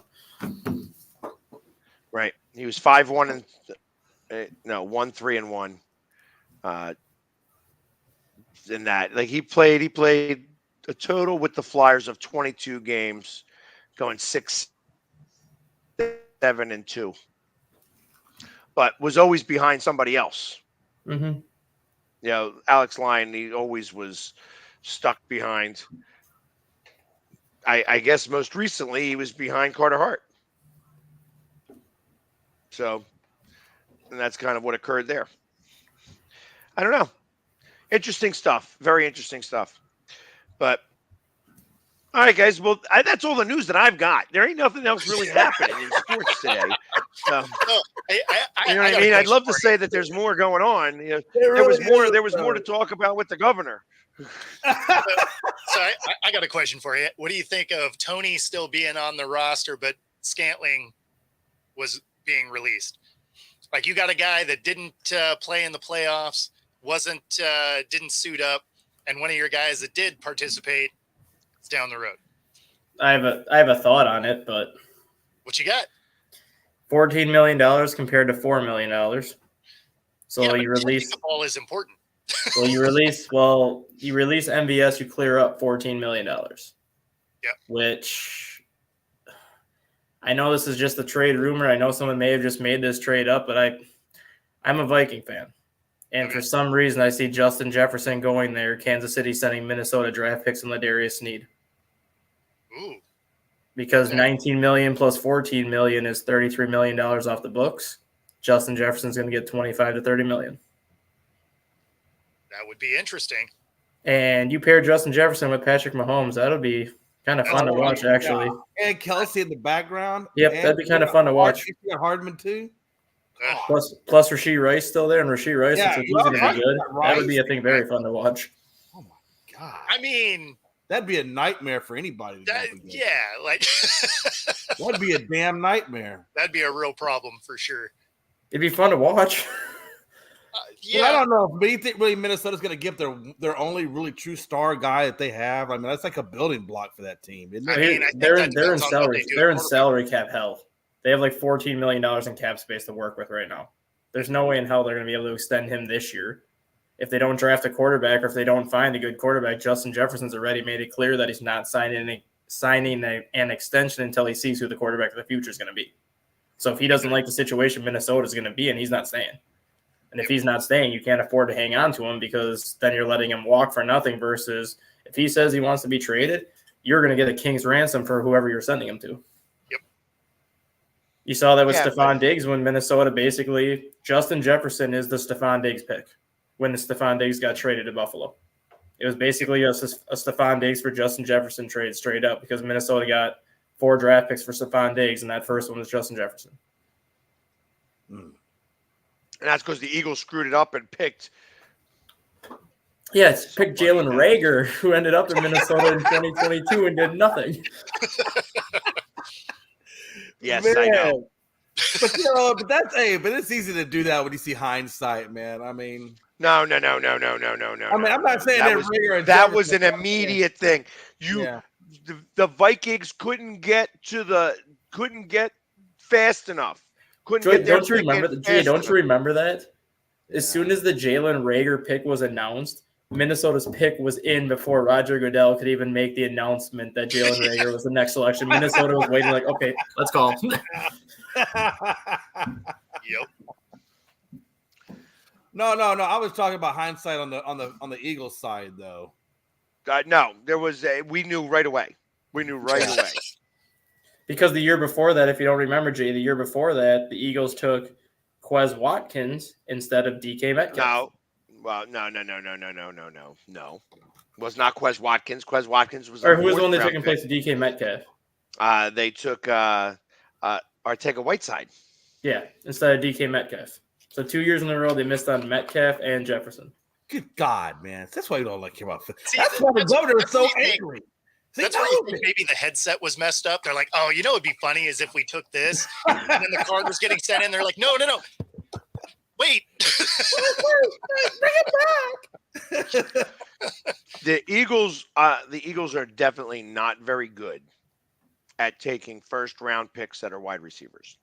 Yeah. Besides Devontae Smith, you got to give him some credit for Devontae Smith, I guess. Well, yeah, and then you could also say that that picking Deshaun Jackson was also a good first-round pick. Oh, absolutely.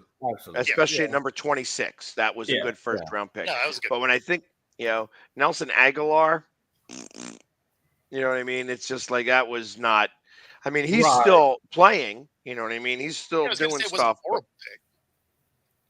Wasn't a great pick. That's why AJ Brown. That's why that AJ Brown trade was huge for you because that was kind of their do-over for kind of. That was their first-round pick. That was their first-round pick. Get AJ Brown here. I'll never forget that. I'll never forget that pick because it was amazing for me to go and start trolling the Titans fans. I made a video about that, and I trolled them, and they were not happy with me.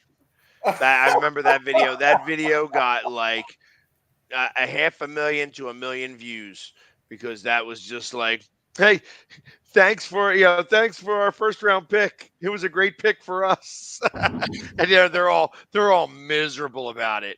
Yeah, people are giving me the finger and all this other stuff. I'm like, yeah, that's perfect. I appreciate the love, guys. Thank you. Yeah. Well, I don't know, man. I'm still waiting to see what the Cowboys are going to do with Trey Lance. I mean, they're sitting on him. Cooper Rush is still there. Well, I mean, I didn't understand. I didn't really understand. I didn't understand them bringing on Trey Lance. We didn't really need a quarterback. I mean, he's going to become the first ever player offensive coordinator is what he's going to be. I mean, yeah, I just didn't understand the need of us draft or of us, trading for him. I mean, they didn't give him much, but still, we gave up still a pick. It could have been somebody. I mean, you gave up nothing to go get him. You sent a pack of Big Red and said, "We'll take this guy." I mean, like you gave up nothing to go get the guy. He's playing there for free. It's going to cost you nothing to re-sign, and there's still the athletic upside if he ever stayed healthy, right? So I'll tell you what the reality of that is, Bo. I'll tell you what the reality is. I'll tell you, Cowboys are. This guy's going to be somebody. I don't know who he's going to be. He's going to be somebody, but not for us. They're going to take that pick and they're going to send it somewhere else because and then that guy will go on to be something great and we'll miss out on it. That's what's going to happen. You're already the second stop. I don't think you have to worry about that. I don't know. I mean, I kind of get if he does turn into something. Okay, great. We don't have to pay him a lot. We can let go of Dak finally. Maybe he does. I'm not. I think it's because you're not going to be able to keep Rush. Right? Yeah, and I like Cooper Rush. Right. I mean, right now Trey Lance is the third highest paid backup in the NFL. Yeah, there you go. He's not even technically a backup at this point. He's a third stringer, but he's the third highest paid backup quarterback in the NFL. No, he's now the second string because Cooper Rush is no longer. He's a free agent, right? Yeah. So he's her third highest paid backup this year. He's making like $5.2 million this year. Yeah, but I think I'd rather have Cooper Rush command more money than that, and that's why I think ultimately you probably end up with Trey Lance staying there, and you can re-sign him for nothing because he hasn't played, right? So I mean, it's not like his contract is going to really go up because there's no proven value to him yet. So, but Cooper Rush, when he has had his opportunities, has played well enough that someone's going to give him some money to go somewhere else. Yeah. You know what gets me is that, the 49ers invested all of that capital on trying to get Trey Lance and stuff like that, and then that first round, and then of course he lays an egg, and then because they also then invested to get Garoppolo, and he lays an egg, and then they just wind up getting the last pick in the draft, which is always like a joke. And ultimately, they get their franchise quarterback, who I don't think is a real franchise quarterback. I think that he's, you're going to see him start to diminish a little bit this year now that there's more tape on him and you're getting a slower Deebo Samuel. I don't know if Ayuk is going to stay or not. You know what I mean? I don't know that he's going to re-sign there or not. So they're going to have less weapons. Not many, but less. Like one of them is going to be gone. One of those weapons is going to be gone.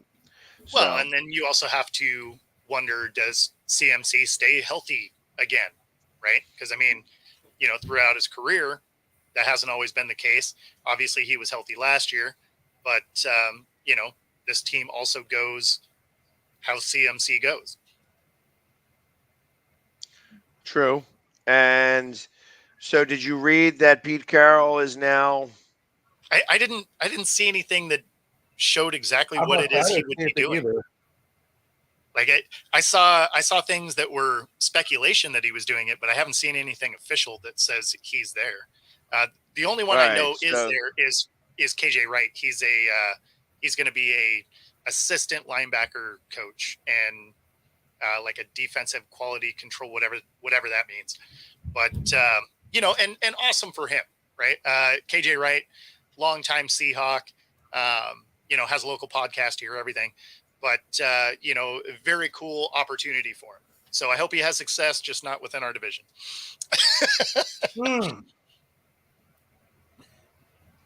Well, they're talking about possibly having him be the defensive coordinator. For the Niners? That's if you go on SI.com for the Niners.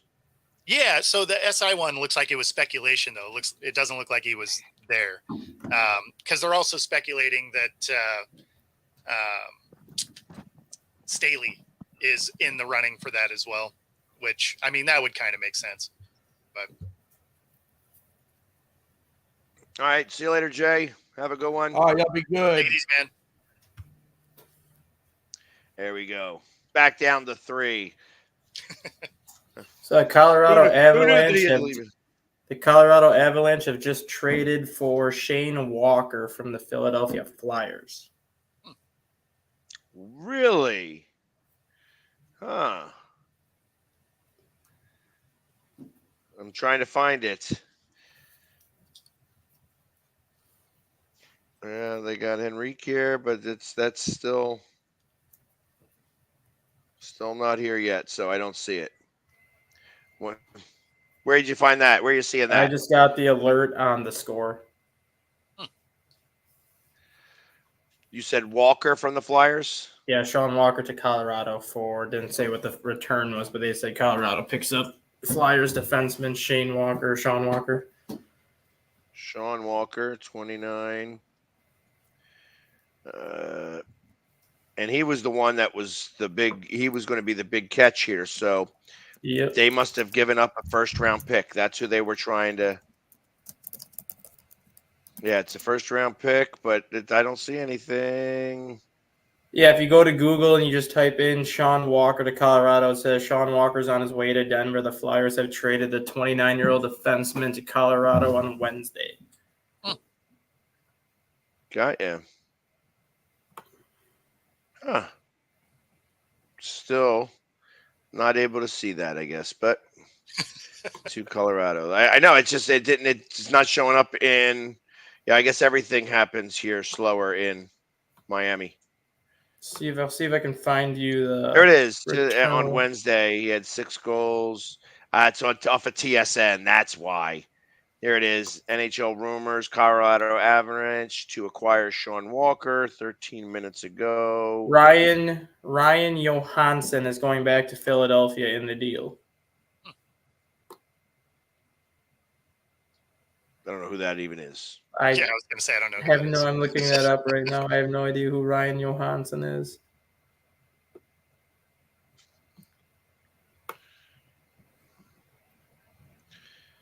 Yeah.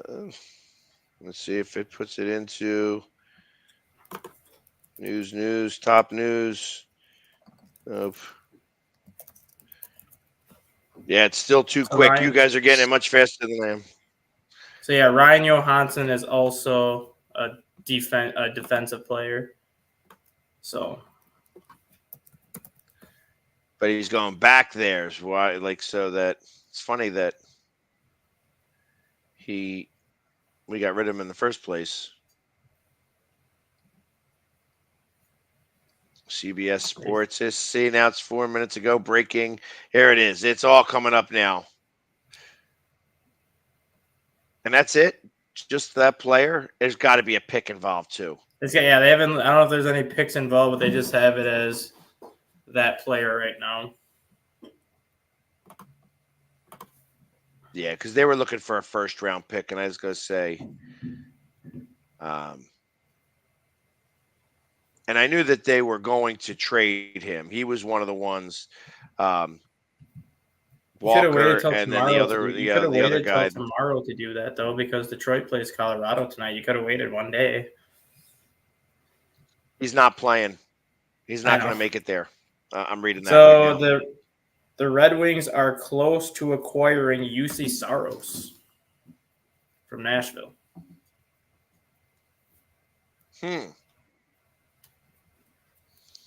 There's the goalie help.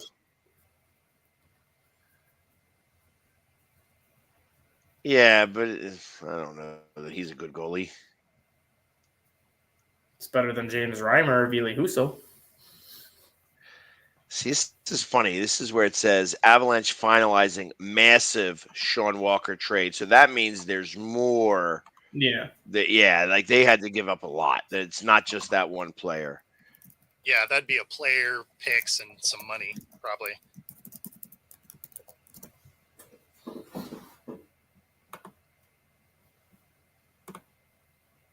Yeah, and so Sealer, they're going to give a contract extension to. Okay, that makes sense to me now because ultimately that's how that would go. You keep Sealer. You have to keep one of the two. So, all right. So we end with a little bit of flurry of action. We needed the one trade to drop, and then the moment that one trade dropped, they all start dropping. As we said, that's the type of content that you get here on Coast to Coast. We give you up-to-the-minute action right away, right off of the presses. Hot, hot, hot. But anyways, everybody, thank you very much for tuning in with us today. We had a great show. Thank you to Governor Shapiro for coming on and talking to us about Jason Kelce and Philadelphia sports. It really was an amazing thing to Philadelphia is also getting a first-round pick. There we go. It makes sense. That's what we're talking about. So we're the player and a first-round pick. That makes sense to me. Okay, perfect. At least he says he's doing what he says he's doing. That's the good part about that. So awesome. But anyways, everybody, thank you so much for hanging out with us today. We will be back tomorrow at the same time to get all our stuff. We'll tell you all about all the different trades that are happening in the NHL and all the different things that are going on in the wide world of sports. Bo, it's good to have you back. I missed you. Because dealing with Jay for too long is just too long. That'll happen. Understood. All right, Stat Guy, we'll see you tomorrow. Everybody, have a great day and have a great Wednesday. Take care.